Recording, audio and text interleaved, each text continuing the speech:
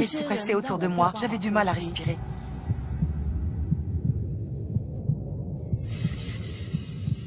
J'ai soulevé ma casquette. Les inconnus avaient disparu. J'adore ce genre d'histoire, les histoires de fantômes. Beaucoup de gens ont été torturés, beaucoup sont morts. On a entendu une voix. Les histoires sur des endroits soi-disant interdits, déconseillés. Je ne suis pas un chasseur de fantômes. Les peurs, les superstitions cachent toujours une autre histoire. Une histoire vraie.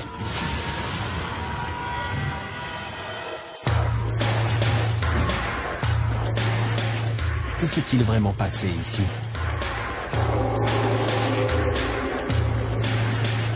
Si vous le saviez, entreriez-vous quand même?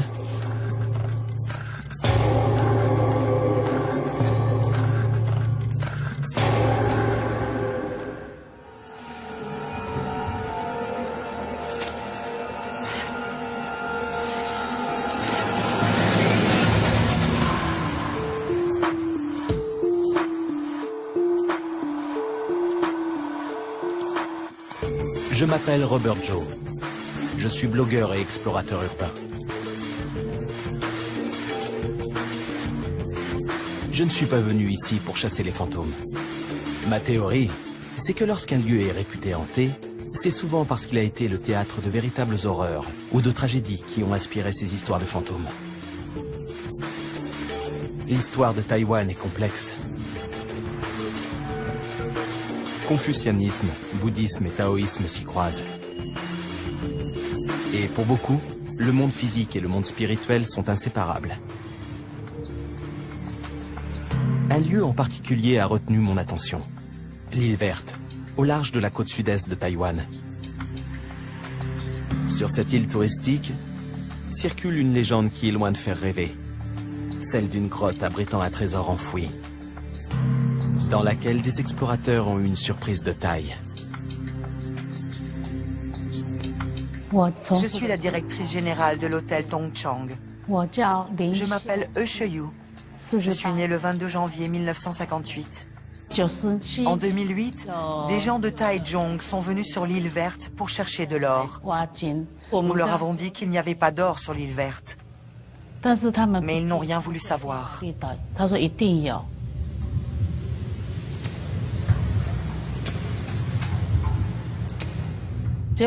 Au bout de 3 jours d'exploration, ils ont découvert des os.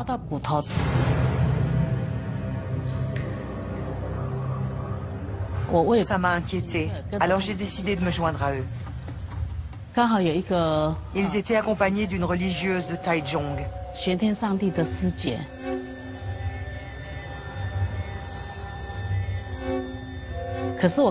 Quand j'ai vu les os, je n'ai pas pu m'empêcher de pleurer.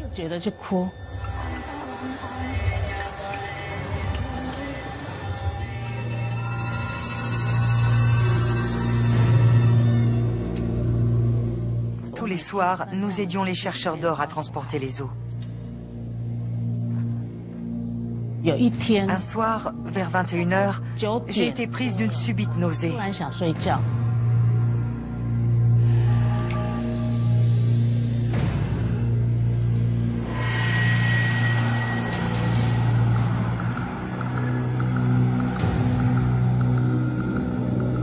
Tout à coup, j'ai vu la grotte se remplir d'inconnus.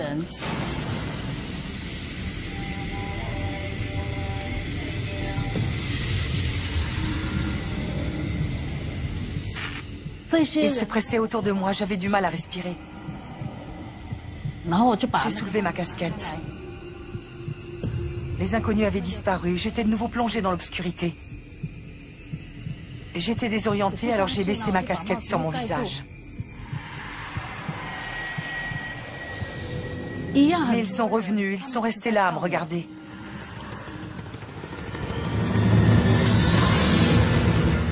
De toutes les histoires de fantômes que j'ai entendues ici, c'est la plus étrange.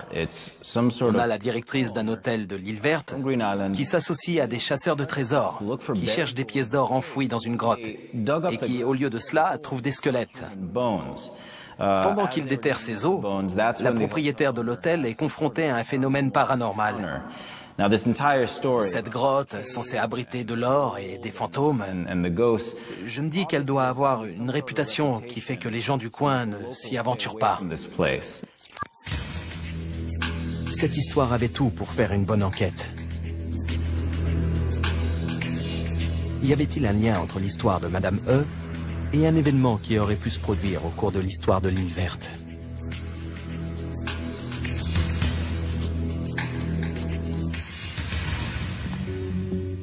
Avant toute chose, il fallait que je comprenne les croyances des Taïwanais sur la vie après la mort.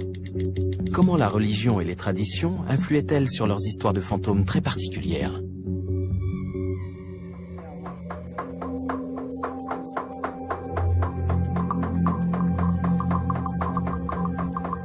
Un temple taoïste m'a invité pour répondre à mes questions.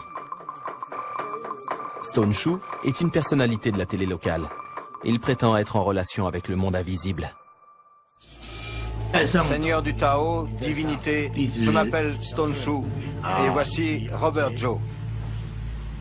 Nous demandons votre bénédiction pour que notre travail soit fructueux. Saluez 3 fois. Le temple taoïste fait partie du mode de vie taïwanais. Les religions à Taïwan vont du bouddhisme indien au tantrisme tibétain. Mais la religion la plus importante, c'est le taoïsme. C'est celle qui compte le plus de pratiquants.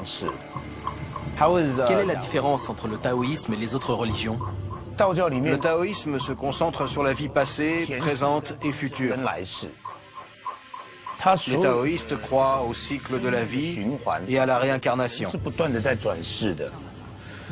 taoïsme implique l'échange. Si par exemple je veux quelque chose et que ça se réalise, j'offre alors quelque chose en échange. C'est vraiment très interactif.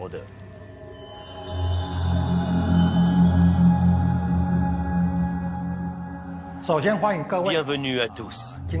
Et merci d'être venus si nombreux à notre cérémonie Guanlin. Stone m'a ensuite demandé de juger par moi-même à quel point le taoïsme était interactif. Nous utilisons ce talisman pour qu'il nous guide vers le monde spirituel. N'ayez pas peur si vous voyez quelque chose. Même si vous avez une vision, votre corps restera ici en sécurité. Le maître a commencé à réciter des formules magiques pour invoquer les dieux et nous ouvrir la porte des enfers. Beaucoup se prêtent à ce rituel dans l'espoir d'entrer en contact avec leurs défunts. C'est rouge. C'est comme une armure.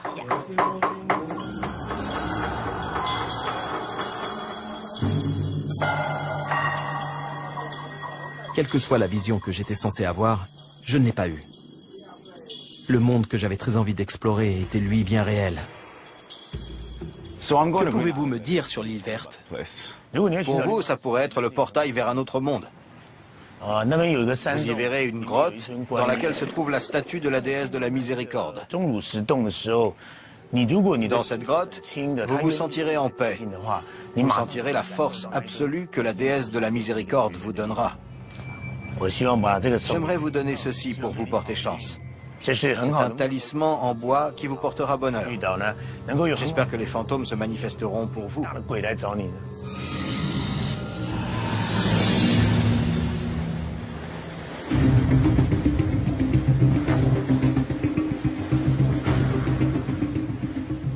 Je suis sur le ferry pour l'île verte.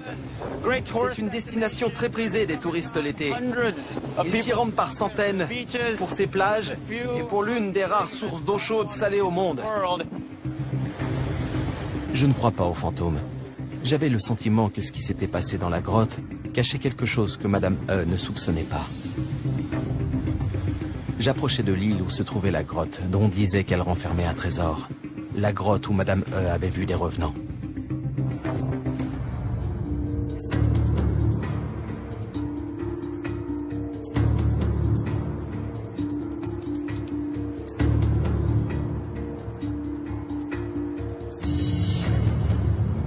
J'ai retrouvé mon contact, Vicky.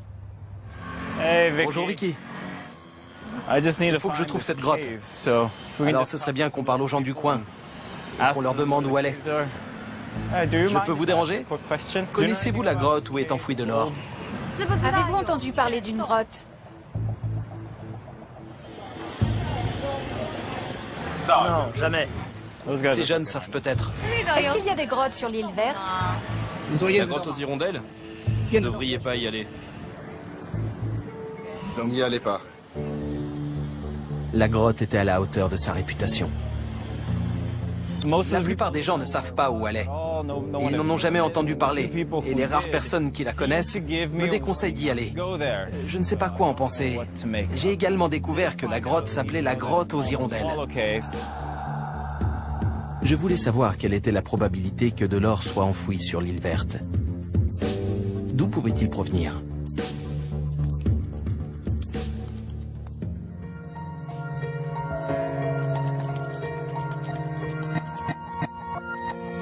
Je me suis adressé à Jérôme Keating, un professeur spécialiste de l'histoire de la région. Des rumeurs circulent selon lesquelles il y aurait de l'or enfoui sur l'île. Est-ce possible? Il y a toujours eu des pirates dans la région. Aux Philippines, on dit que les Japonais ont enterré beaucoup d'or quelque part. Ici, il y a plusieurs possibilités. Cet or pourrait venir d'un galion espagnol, ou encore de pirates, ou encore des Européens, en particulier des Hollandais, qui cherchaient également de l'or à Taïwan. Il y a donc plusieurs possibilités qui pourraient nourrir ce type d'idées. Les Espagnols avaient une route commerciale, la route entre Manille et Acapulco, qui a commencé vers 1575 et qui a duré jusqu'au début du 19e siècle. Il y avait donc des galions espagnols qui venaient régulièrement en Asie. Naturellement, avec les ouragans et les typhons, on comprend aisément que des bateaux aient pu dévier de leur course et s'échouer sur l'île verte.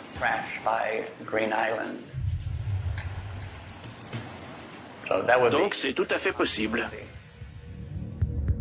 Il n'était donc pas impossible qu'un trésor de l'époque coloniale ait atterri sur l'île verte. C'est sans doute ce qui avait fait naître ces rumeurs concernant la grotte.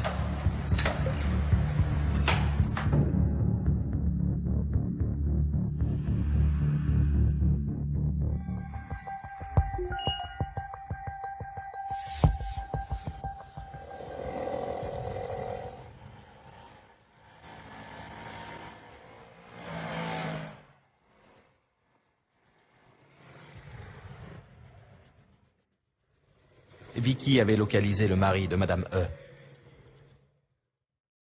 Il allait nous expliquer ce qui s'était passé. Un prisonnier avait fait tomber ses outils dans une grotte alors qu'il travaillait dans la carrière. Lorsqu'il est parti chercher ses outils,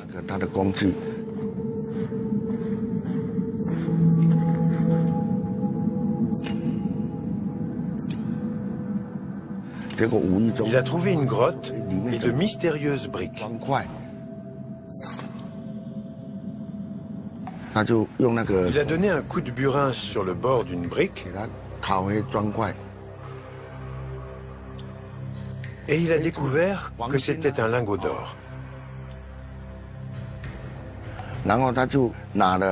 Il a caché les 57 lingots pour revenir les chercher une fois sorti de prison.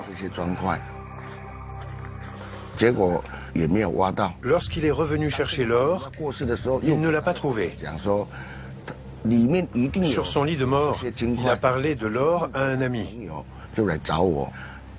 Cet ami et d'autres hommes sont venus à notre hôtel. Je leur ai dit qu'il n'y avait pas d'or. Ils n'ont pas voulu renoncer parce qu'ils croyaient ce qu'avait dit le prisonnier avant de mourir.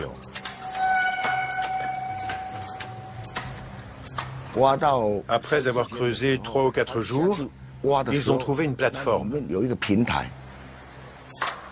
C'est là qu'ils ont découvert les squelettes. Si on trouve des ossements, on doit les rassembler et les enterrer. Alors je les ai aidés à chercher d'autres os pour les enterrer comme il faut. Vous avez trouvé l'or? Non, pas du tout. Monsieur E avait l'air certain qu'il n'y avait pas d'or dans la grotte. Il nous a dit que c'était un prisonnier qui avait été la première personne à y trouver de l'or. Monsieur E n'a pas voulu m'accompagner à la grotte. Il m'a dit de m'adresser à un guide du coin qui n'avait rien à voir avec les chasseurs de trésors pour qu'il m'y emmène.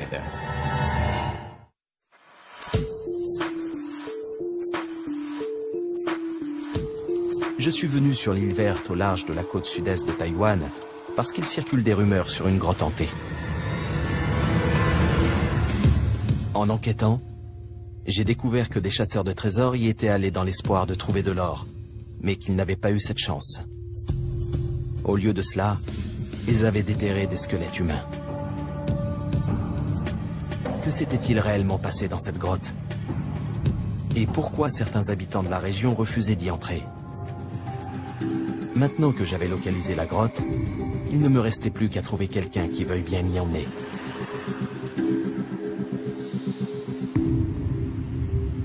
Cheng Yaling était un guide qui vivait sur l'île verte. Pourquoi ce nom? Il y fait frais et sombre et il y a des hirondelles. Alors les gens de l'île l'appellent la grotte aux hirondelles. C'est une grotte marine. Mais il y a une plateforme à l'intérieur qui a été fabriquée par les prisonniers politiques détenus sur l'île verte dans les années 50. Leur prison était près de la grotte, alors ils ont construit une plateforme à l'intérieur. Yaling parlait de prisonniers. Il y avait un prisonnier. Et Monsieur E m'avait raconté que c'était un prisonnier qui avait découvert l'or pour la première fois. Comment ça, des prisonniers? Dans les années 50, le gouvernement taïwanais avait instauré la loi martiale. Des intellectuels avaient été arrêtés et amenés sur l'île verte pour y être corrigés. La suite m'a fait l'effet d'une bombe. Il fait très chaud sur l'île verte. Alors, lorsqu'un prisonnier mourait, son corps était déposé sur la plateforme. La grotte servait de morgue temporaire.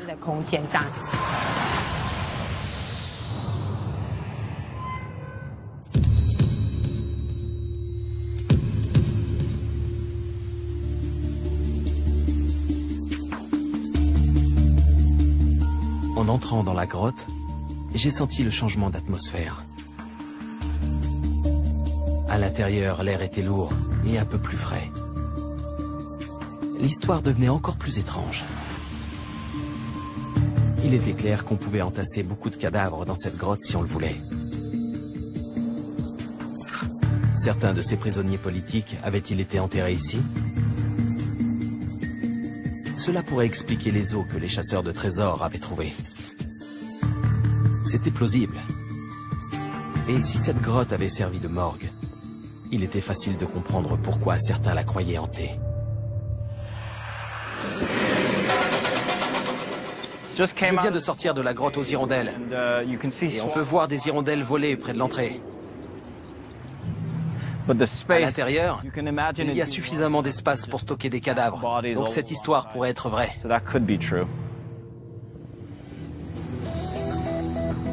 En revanche, les rumeurs selon lesquelles un trésor avait été enfoui ici étaient très certainement fausses. Je sentais que je me rapprochais de la vérité. Les cadavres de cette grotte pouvaient être une piste qui me permettrait de découvrir ce qui s'était passé ici. Je savais que la réputation terrifiante de la grotte avait une autre origine. Et j'ai enfin découvert quelque chose de plausible. Pourquoi ces cadavres étaient-ils entreposés là? Et ces prisonniers politiques, quel crime avaient-ils commis? C'est de ce côté-là qu'il faut maintenant que j'enquête. Yaling m'a appris que les trésors que je cherchais se trouvaient juste au-dessus de la grotte. Ici, c'était le cimetière des prisonniers politiques. Les premiers prisonniers qui étaient détenus ici dans les années 50 étaient divisés en 12 unités. On dit que c'est la 13e unité parce que les esprits des prisonniers politiques des 12 unités qui sont morts ici rôdent encore. Où est la prison où ils étaient? Ils étaient tous dans une des 5 prisons de l'île verte. Lorsqu'ils mouraient, ils étaient enterrés ici. 5 prisons, c'est beaucoup. Il y a des prisons ici depuis la colonisation japonaise. Plus j'écoutais Yaling, plus je trouvais que l'île verte d'autrefois ressemblait à Alcatraz. L'île a connu une longue histoire pénitentiaire, dont une période pendant laquelle certains prisonniers étaient détenus pour leurs idées politiques.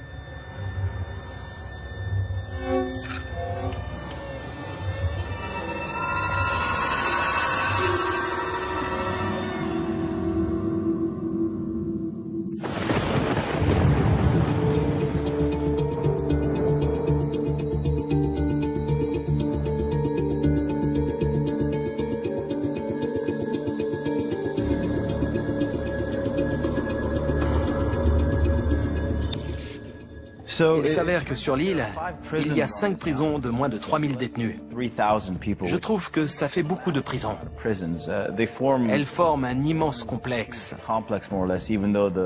même si elles n'ont pas toutes été utilisées en même temps. Ce n'était sans doute guère étonnant. Mais une de ces prisons, Oasis Villa, était censée être hantée par des fantômes du passé. C'est du moins ce que prétendait un gardien qui y avait travaillé.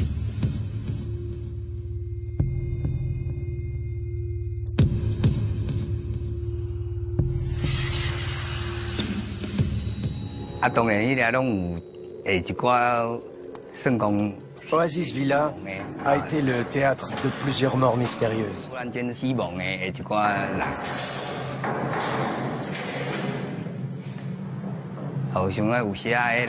Lorsqu'ils étaient de nuit, les employés qui y travaillaient voyaient souvent les esprits des défunts.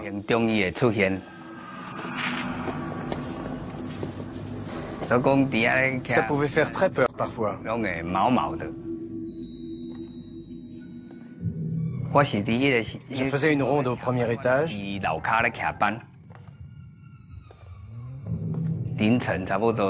était environ 2 heures du matin.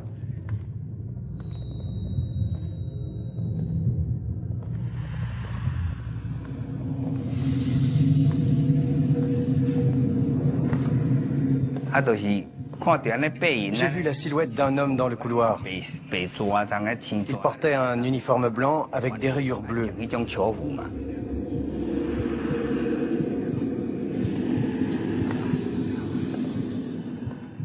ne pouvait y avoir personne d'autre que moi à cette heure tardive.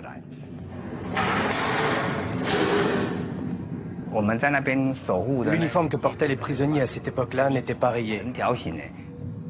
Cette silhouette était forcément celle d'un prisonnier venu du passé. Cette mystérieuse silhouette a continué à marcher dans le couloir.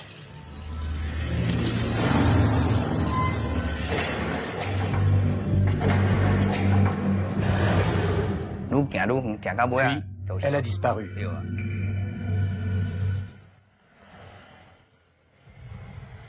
Pour Monsieur Lee, le prisonnier fantôme portait un uniforme d'une autre époque. Celle des prisonniers politiques. On les envoyait ici pour leur faire subir un lavage de cerveau. Mais pourquoi ?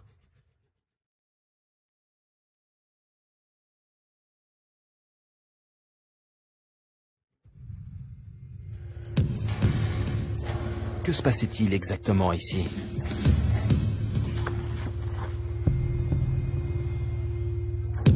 L'établissement s'appelait Oasis Villa, mais ce n'était ni l'un ni l'autre.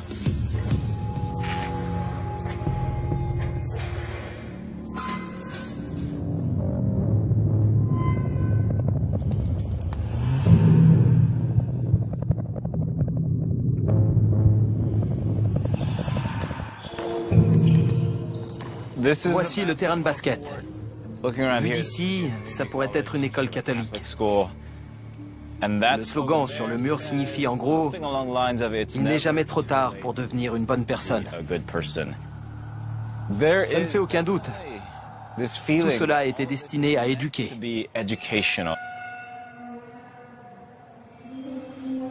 C'est un lieu angoissant à cause de ce qui est censé s'y être passé. Mais il n'y a aucune trace. On dirait juste une école abandonnée.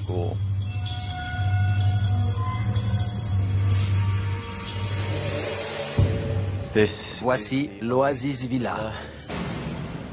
Voici le poste de contrôle des gardiens. On voit qu'il est de forme hexagonale. C'est assez beau en fait.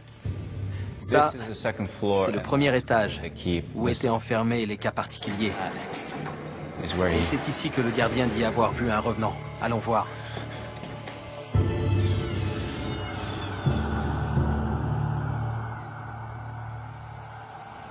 Voici un des 4 couloirs. Ici, on a bien la sensation d'être dans une prison.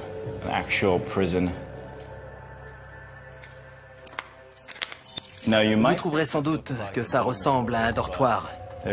Mais il y a quelque chose, en plus des lits superposés et de l'étrange lavabo au fond, qui va vous permettre de voir que ce n'est pas un logement pour étudiants. En général, les dortoirs ont une serrure à l'intérieur, pas à l'extérieur. Vous voyez que ce n'est pas un lieu destiné à des étudiants, mais bien un centre de correction.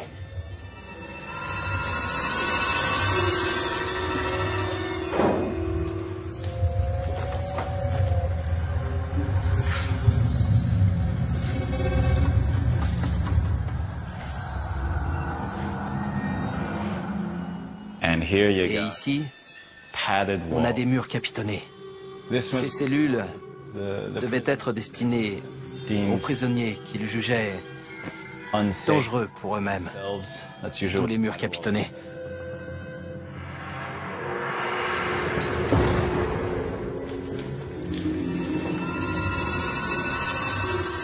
Rééducation. Voilà un mot aux connotations politiques qui est utilisé lorsqu'un gouvernement cherche à contrôler ses citoyens. Je n'arrêtais pas de voir la phrase « la terreur blanche ». De quoi s'agissait-il? Quel était le lien avec les prisonniers politiques?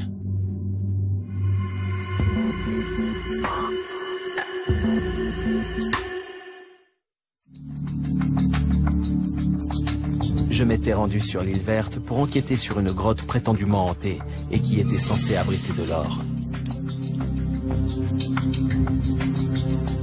Il n'y avait ni fantôme, ni trace de l'or. En revanche, la grotte avait sans doute été utilisée comme morgue pour les prisonniers morts sur l'île. L'île comportait un complexe pénitentiaire. Dans certaines de ces prisons, on avait enfermé des gens pour leurs idées.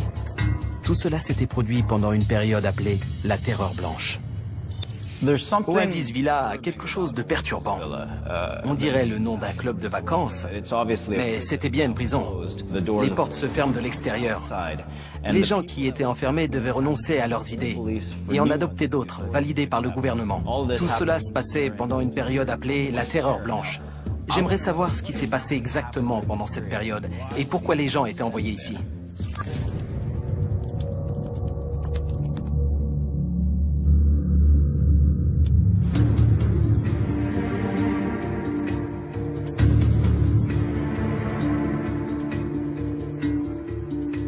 La Terreur blanche semble avoir ses origines dans la guerre civile chinoise.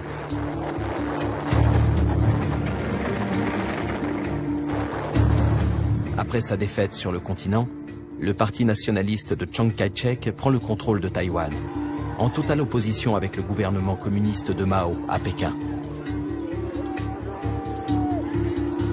Farouchement anticommunistes, les nationalistes déclarent la loi martiale en 1949. Ils font arrêter toute personne qu'ils soupçonnent d'être communiste ou sympathisant de gauche. Et ils ratissent large. Artistes, professeurs, intellectuels, écrivains sont arrêtés, souvent sans réel motif, et sont envoyés dans des endroits comme l'île verte pour y être rééduqués.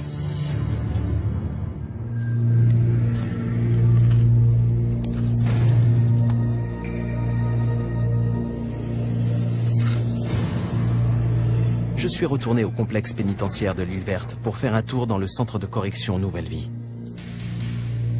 C'est la première prison à avoir abrité les personnes soupçonnées de communisme ou autre élément subversif. Désormais, c'est un musée à la mémoire de ceux qui avaient vécu la terreur blanche. Je suis à l'intérieur du centre de correction. Je suis devant le mur des visages de ceux qui ont séjourné ici. Je commence à prendre la mesure de ce que ces personnes ont enduré ici.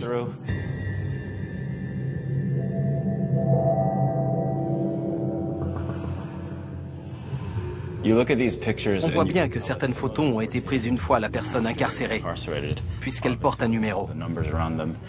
Mais d'autres ressemblent à des photos d'albums de famille. Ensuite, lorsqu'on regarde de plus près, on voit le genre de mauvais traitement que ces personnes subissaient ici.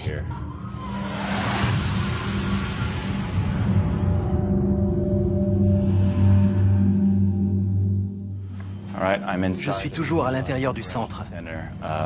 Ici, on a une reconstitution historique. C'est un musée. Mais il y a ici quelque chose qu'il faut absolument que je vous montre. Ces personnes ne bougent pas, parce que ce sont des mannequins. Mais ça donne vraiment la chair de poule.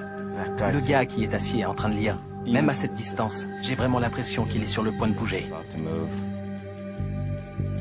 Ce gars-là illustre bien ce qui se passait ici. Ces prisonniers étaient éduqués, et ils subissaient une rééducation. C'étaient des musiciens, des professeurs, des littéraires. Et ça résume bien ce qui se passait ici. On rééduquait des gens qui étaient déjà éduqués.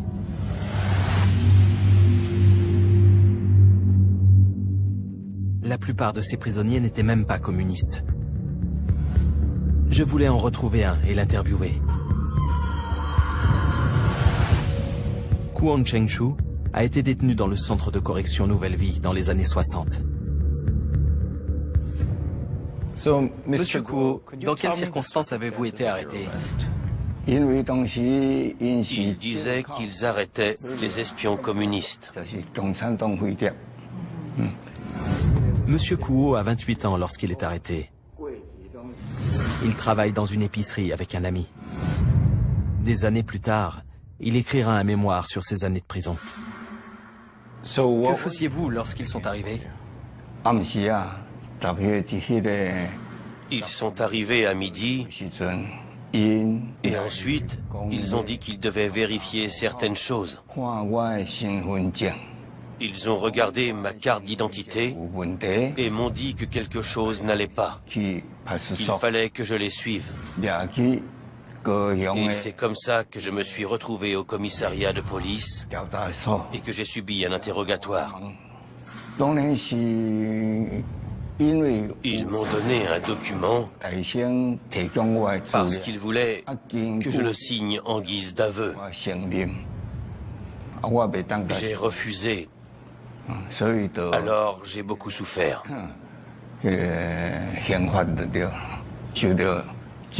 J'ai vraiment beaucoup souffert au début. Ils m'ont battu. Ils m'ont donné des coups de pied.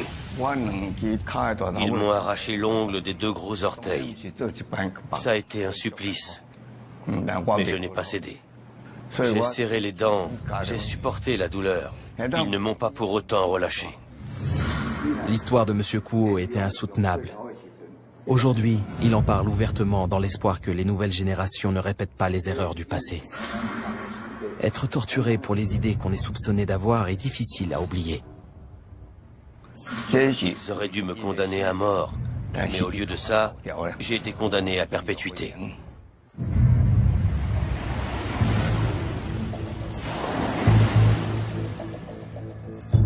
Monsieur Kuo allait passer 22 ans en prison, sans aucun espoir d'être libéré au moment de son incarcération.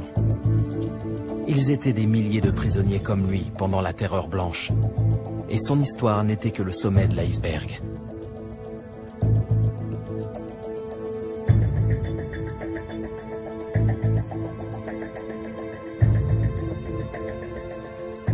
J'allais encore découvrir bien des choses, non plus sur l'île Verte, mais dans la capitale de Taipei.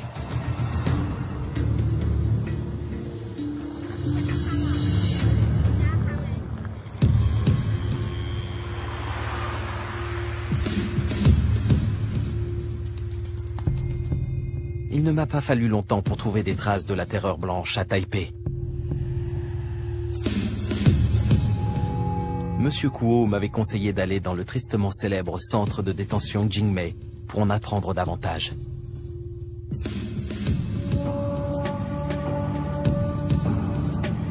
Mais avant de m'y rendre, j'ai décidé de reprendre contact avec Jérôme Keating, auteur de nombreux ouvrages sur l'histoire de Taipei. Qu'arrivait-il à ceux qui étaient arrêtés pendant la Terreur blanche? La Terreur blanche est sans doute l'une des pires époques de l'histoire de Taïwan. Et elle a duré de 1947 à 1987. Pendant cette période, plus de 140 000 personnes ont été emprisonnées, beaucoup sans raison. Pourquoi on en parle si peu? En premier lieu, parce qu'il est difficile d'accéder aux archives et de savoir où chercher des informations. Il m'a ensuite parlé de Jingmei. Jingmei était surtout destiné aux prisonniers politiques. Ils y étaient détenus en attendant leur procès. Donc ils séjournaient ici, ensuite avait lieu le procès. C'était un tribunal militaire, et donc très souvent les prisonniers n'avaient même pas d'avocat.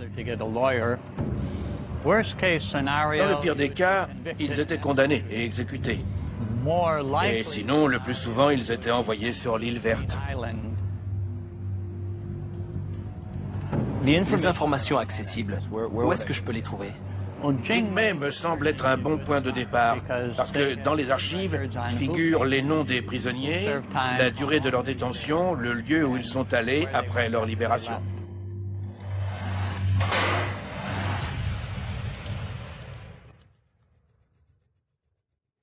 Ce qui était autrefois une prison redoutée est un tribunal et aujourd'hui un mémorial des droits de l'homme. Si un lieu était susceptible de me fournir des réponses, c'était celui-ci.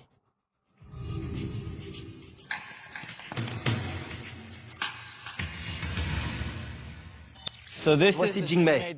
C'est un des endroits par lequel passaient les prisonniers qui devaient être envoyés sur l'île verte. Je pense que je vais trouver des informations ici.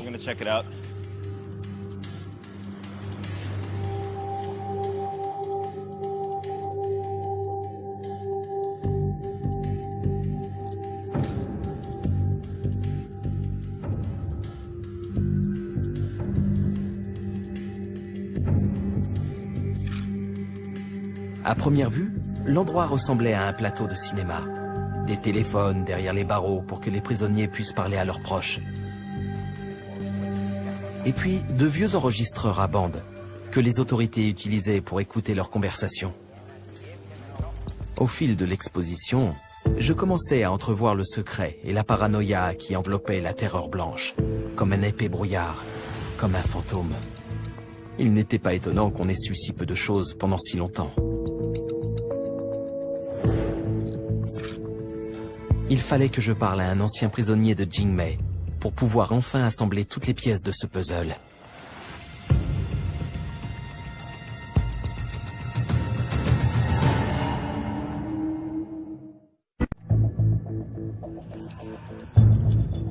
Mon enquête sur une colonie pénitentiaire sur l'île verte à Taïwan m'a amené à découvrir une sombre période de l'histoire du pays, celle de la terreur blanche. Taïwan était hanté non pas par des fantômes, mais par son passé récent.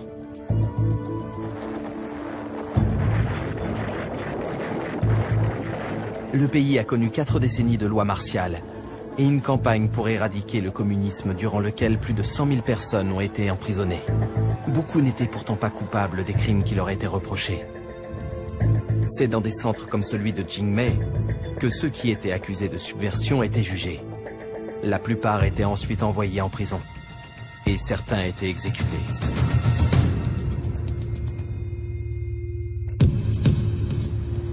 Des milliers de personnes ont été victimes de tout un système d'injustice ici.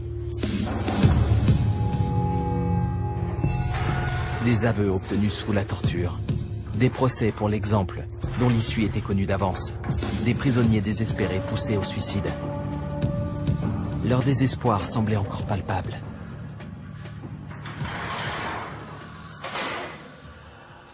Voici le tribunal. Lorsqu'on regarde à l'intérieur, on voit tout de suite le côté théâtral du lieu.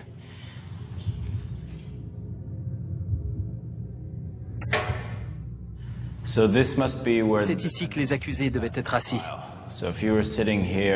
Lorsqu'ils étaient ici, voilà ce qu'ils voyaient.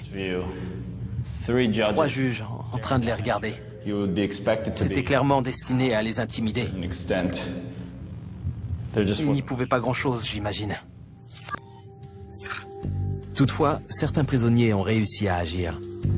En 1970, un groupe de dissidents taïwanais, dont certains étaient encore enfermés à Jingmei, ont dressé une liste de 214 prisonniers politiques et sont parvenus à la transmettre à Amnesty International. Le docteur Ching Chong-tung faisait partie des dissidents et il a accepté de me rencontrer.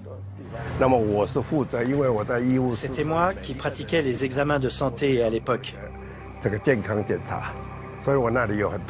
me disait leur nom, leur âge, etc. Je notais tous les détails pour pouvoir les transmettre. Parce qu'il était médecin, le docteur Chin avait accès au dossier des patients à Jingmei. L'histoire que ces derniers racontaient ne figurait pas dans les journaux. À cette époque-là, nous avions rarement la chance de pouvoir lire les journaux.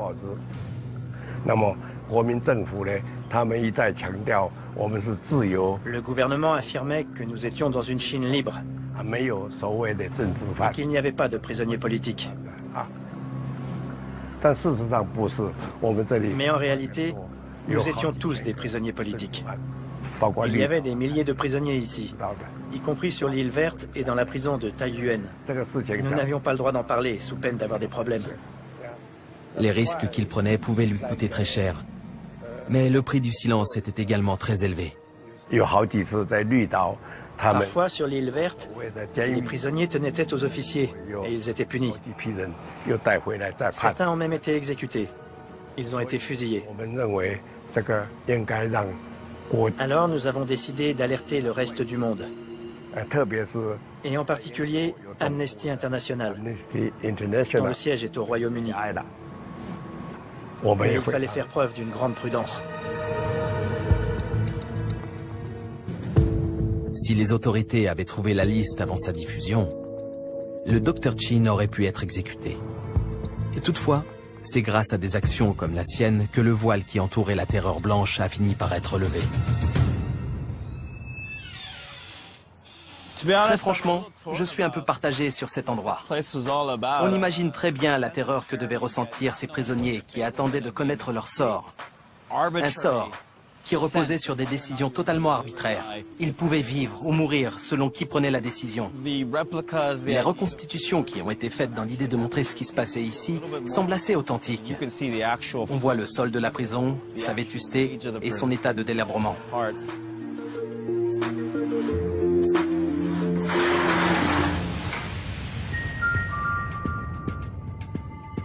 Le centre de détention de Jingmei est aujourd'hui un mémorial des droits de l'homme, tout comme Oasis Villa sur l'île verte. Peu à peu, Taïwan devient moins réticent à affronter son passé, même si certains préfèrent toujours ne pas en parler. Au fil du temps, les survivants de la terreur blanche ont réussi à retourner au centre de détention de Jingmei et sur l'île verte. Ils ont publié leurs mémoires pour raconter ce qu'ils avaient vécu, et ils continuent de partager leur expérience avec le reste du monde, comme pour exorciser les démons du passé. La loi martiale à Taïwan a été levée au bout de 38 ans et 57 jours. C'est une des plus longues de l'histoire.